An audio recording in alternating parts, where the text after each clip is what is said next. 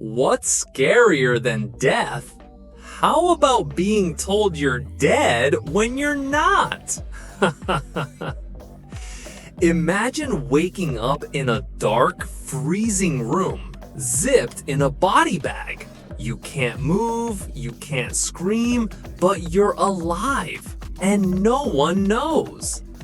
Today, we're diving into the most shocking true cases of people being declared dead while still very much alive, plus other horrifying hospital fails that'll make you second guess your next checkup.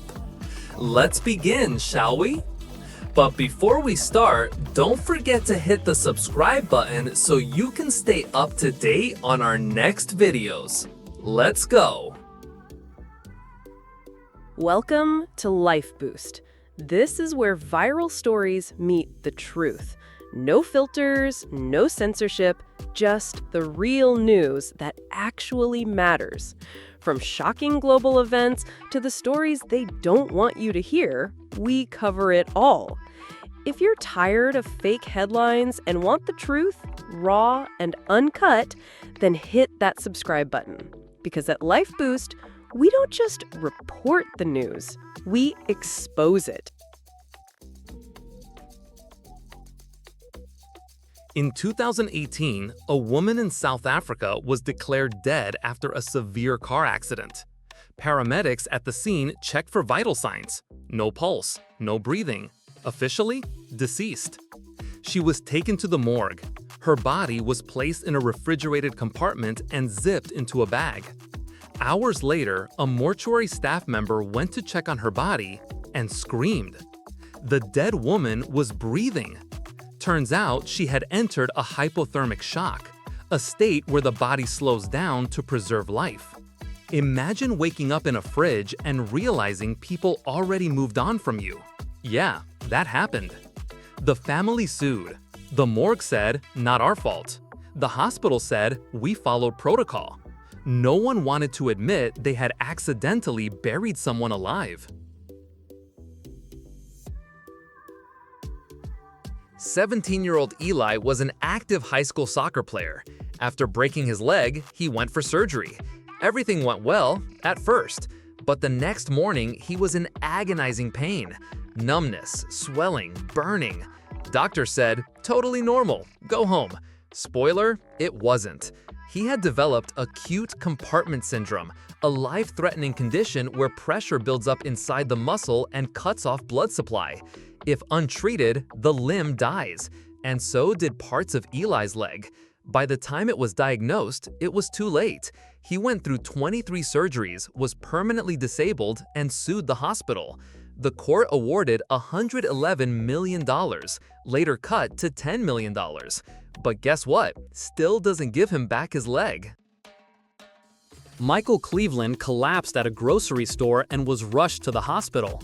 1 hour later, he's dead, said the doctors. The next day, his wife came to say goodbye, but she noticed something odd. "He was following me with his eyes," she said. "Then he tried to hug me."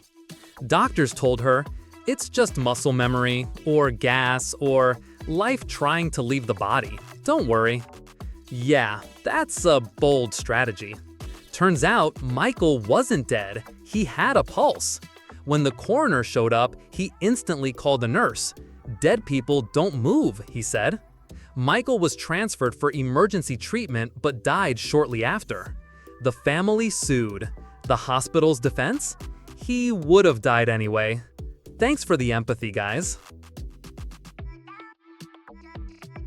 Erin Cook went in for surgery to remove an ovarian tumor.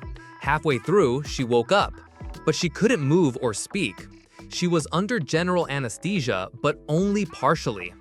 "I felt the scalpel cutting into me. I tried to scream. I tried to move my finger. Nothing."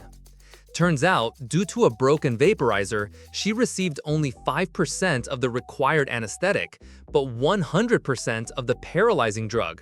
So she was awake, but frozen. This is called anesthesia awareness, and while rare, it's real.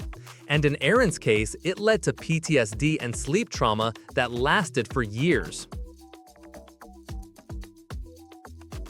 88-year-old Ilda was hospitalized after a stroke. She was being tube-fed due to her condition.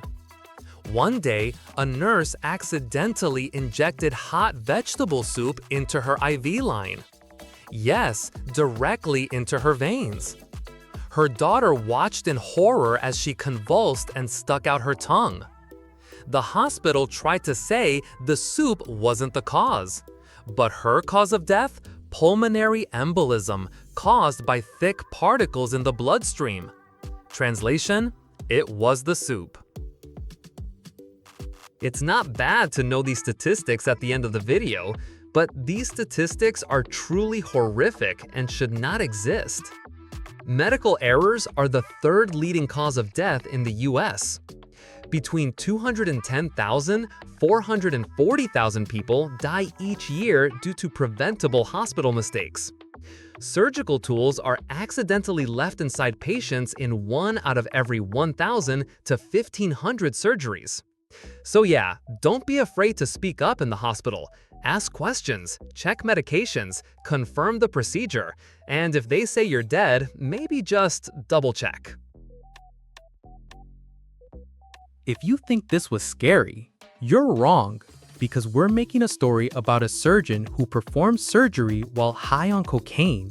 And know that all the stories I'm telling you are real and true. If you don't want to miss that video, don't forget to subscribe to the channel. And if you still believe in the healthcare system, let me know in the comments. Stay skeptical, stay curious, and most importantly, stay alive.